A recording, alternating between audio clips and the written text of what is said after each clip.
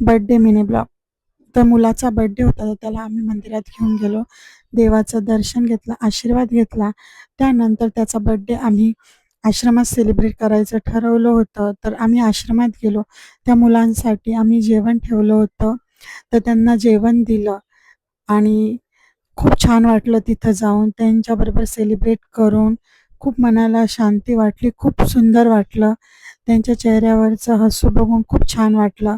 स्वतःसाठी तर आपण नेहमीच काही ना काही करत असतो, पण दुसऱ्यांसाठी केल्याचा आनंद खूप वेगळा असतो आणि आमच्या मुलाला पण तीच सवय लागू म्हणून आम्ही त्याला आत्तापासूनच असे संस्कार देत आहे की तो गरजूंची मदत करो.